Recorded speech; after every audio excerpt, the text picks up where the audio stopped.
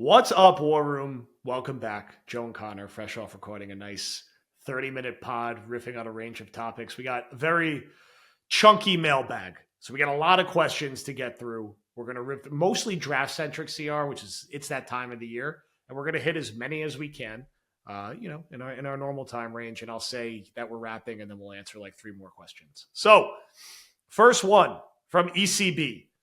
Not an exact comparison, but does this have the bit of a feel of the Texans free agency a few years ago? A bunch of one-year contract veterans seeing what sticks in a retooling year. I'm assuming this is referring to D'Amico's sort of first year when they overachieved. Or there's also been I'm going to bundle this with some other questions where it's like, well, the Broncos kind of had a similar offseason not too long ago. And other teams have done this like light touch free agency approach. I think you can find multiple recent examples in NFL history of teams going later than expected in a weak free agency class and being completely fine because their great players play great and they Right. do well in the NFL draft. And the Texans struck gold because they had the right quarterback playing the right way and they had a really good coach. And those two things have covered a lot of warts on their roster the last 2 years where they've kind of punched above their weight. And to their credit, have like made the playoffs twice in a row and won a playoff game 2 years in a row, which I think most Jet fans would be absolutely goddamn ecstatic with if that happened the next 2 years. But a lot of that goes back to, again, you're right at coaching and you're right at quarterback. And that's allowed them to also like weather some injuries and a couple other things. So I think before I throw it to you, one thing I think that has to get pointed out, part of the reason the Jets struggled last year beyond losing an inordinate amount of close games because they were horribly coached and their quarterback was bad at the worst possible times, is that their great players weren't great. And we talked about this a lot before the season. If they were going to compete with Buffalo, your great needs to be great. And Sauce was not great last year. Brees was not great last year. Quinnen was not great last year. I'm not saying these guys were bad, but they were not great. So this year, if Garrett is great and Brees is great and Quinnen is great and Sauce is like he was in year one and year two, that's going to cover up some of the other holes on the roster where, you know what, maybe you can get by with Derek Nandi playing 43% of the snaps in the defensive line and Tyler Johnson being wide receiver 3 for 7 weeks while a receiver gets up to speed. Or, Quinnen's so good that Leonard Taylor is ready to be a year 2 starter. But what do you think are some of like the examples in recent league history or contingencies that need to happen to sort of fill some of the gaps the Jets still have post free agency? Well, the obvious is you need players to punch above their weight that you didn't project to do that, right? And that can come in the form of a UDFA, some of these tier signings where guys are barely even guaranteed to be on the roster. You know, you bring up Nadi, who had a really nice couple of years to start his career as this run stuffing player in Kansas City, and then kind of has fallen off a cliff recently. So you kind of get one surprise year from him. You get the Cisco that grabs 4 interceptions, not the Cisco that has, mixed up assignments and guys flying over his head. Does Stevens all of a sudden go from that guy that's always in the hip pocket but can't find the football to, a pretty average number 2 corner at the same time that Sauce and Michael Carter round back into form? Because then you look at it and go, damn, that's, those 3 could be as good of a corner trio as anybody in football. You need something to click for you like that. And you're right. Like, the reality is, specifically last year, Brees and Quinnen specifically were not great players. Quinnen, I think, was schemed against and was still a good player, but he wasn't a great player. Brees just didn't look like the Brees Hall we know on a week in and week out basis. There was flashes, but there wasn't the constant, oh man, Brees Hall has the ball in space, like, look out. There wasn't that feeling every single week. So that's, and honestly, the most important thing to me is, and you look at that example of how they've approached the offseason, because everybody's like, well, why would you split Aaron Rodgers' cap hit? And I would like to hear from Muji on that. Once again, I know he's probably not going to speak on it too much, but there is some accounting where the Jets didn't want bad contracts on their books, a lot of bad contracts on their books this year, and they have more flexibility next year while they're splitting Rodgers' cap hit and carrying a bulk of it the following year. And then there's also the side like where they want to see what they're working with this roster and see what these guys can do in the scheme and see who can hang and who can't. And then kind of plug in from there rather than being like, hey, we need to turn over every single part of the organization. And that's going to cost us a lot of money short and long term, but we have to do it now. It'll be frustrating at times. Fans will be like, I knew this was going to be a problem, and here it's a problem. But that's kind of the grace you get when you're in year one of a regime and year one of a coaching staff, and that you got to kind of put your foot on the gas a little bit in year two and then obviously year three. And that's the way Glenn is not going to change the way he approaches building a team just because he knows that the fans here and ownership here and the media here is fed up of the team losing. Like if you try to expedite a team building process, you'll probably actually just screw it up in the long, because there's not a lot of shortcuts in the NFL. The shortcuts in the NFL is being really fucking good at drafting. Like that, there it is right there. So start with that and then you can do the rest. So I think that's really, really important here. Not to make excuses for them. Like, I know the Jets are going to have flaws this year. The Jets are going to be a flawed team. The last point I'll make is, can this team, I use the word identity a lot. I think sometimes identity is just kind of a synonym in football for what your strength is.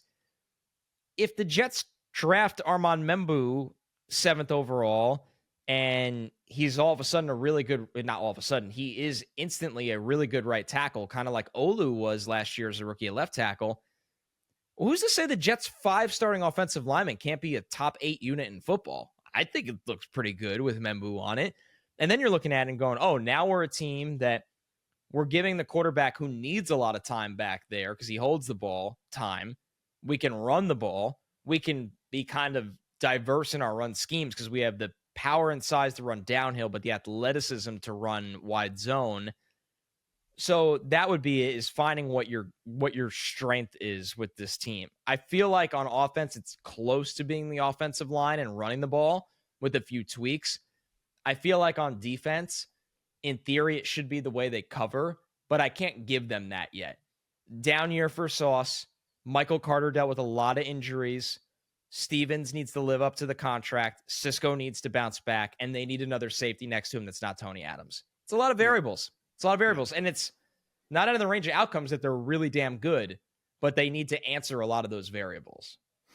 All right. Speaking of Membu in the draft, from Hudson Jet, if you're still looking to the draft for a right tackle, and for whatever reason it doesn't turn out to be Membu, what do you think about trading up, if possible, to the top of round 2 or even the back of round 1 for Gray Zabel from North Dakota State? Playing next to AVT, either inside out or outside in, could be a formidable, not to mention the flexibility of them being able to move around the offensive line. What do you think about this prospective strategy? Well, I love it because it kind of gets my brain going of my ideas. I don't think the Jets need to give up capital to go get a player in this draft right now, as much as I love Zabel. I think Zabel has had the kind of process that he could be going off the board like Graham Barton did last year to the Bucs, where it's like, oh man, top 25, 28 pick, because we just feel so good about him as an interior player. I got to spend a pretty good amount of time with him at the Combine, and we had some downtime before we did the interview. One of the players I enjoyed talking to the most. You just know he's an NFL offensive lineman for the next 12 years. And I saw it at the Senior Bowl where the guy was the best player on the field for most of that week. Over 1,000 snaps at left tackle, over 1,000 snaps at right tackle at North Dakota State. He's played interior. I don't think the Jets could pull that off anymore. And the good news is I don't think they need to. I think this question is going down the right path. It just needs a little bit of a little bit of change in personnel. Zabel's probably out of your price range, but this is why I really like ABT playing right tackle, by the way. There are so many guards in the second round that I think are starters out of the gate. Tate Ratledge from Georgia, 3-year starter at right guard. Right guard. Kind of built like Tippmann, 6'6.5". You don't see a lot of interior offensive linemen that are that tall because they get out leveraged, but he doesn't. Good mover, great mullet and mustache. Double mullet on the O-line. I don't have a problem with that. Ratledge is a really good player. He had a tightrope surgery in the middle of this year that hampered him. I thought his tape the previous 2 years was phenomenal. I thought the tape this year was solid because of that injury. But that's the point. This is the whole point of the question. Zabel's probably out of your price range, but if I'm moving AVT to right tackle, and I wanted to take Graham or Warren at 7, or say I trade out of 7, get more capital, and then obviously there's a whole nother open door. Maybe you just take Zabel out of the trade out, but that's not what I'm thinking here. Say the point is you're not taking the right tackle at 7 because you're playing ABT at right tackle. I mean, at pick 42, you're looking at Donovan Jackson from Ohio State could be there. He's a left guard, but I think he could move over. Tate Ratledge, all these tackle converts, like Jonas Savanaia from Arizona. I mean, there's a lot of Wyatt Milam is training at guard, even though he played tackle for West Virginia for 4 years. I think that Marcus Bowe is somebody who was a right tackle that I think is more of a guard. So this question is the right idea, like really going down the right road. That the more I look at it, the logical perspective for the Jets in terms of supply and capitalize on the draft is to move ABT. I just don't know if they have the stones to do it. And I've said this before, most importantly, I don't know if the sports science tells them they shouldn't do it. I would love to know that. Well, we're going to have some sports science and medical segments upcoming at some point before the draft. That's on the docket now. We know that. Underdog Fantasy. We are in best ball season. We are dropping our first draft coming up this week. I think we're going to go with a little 6-person one to start. We're mixing that in. We're mixing some higher and lowers in the NBA and in the NHL. Promo code Badlands for a deposit match up to $1,000. CR, you getting excited for our best ball drafts to ramp up? I am. I'm near the end of my warm-up draft. I did one pre-draft best ball draft before we do ours. I think I'm in a 12-person league just to kind of see how the chips are falling, how people are drafting all of these rookies before they're even on teams. It's been a lot of fun. Make sure to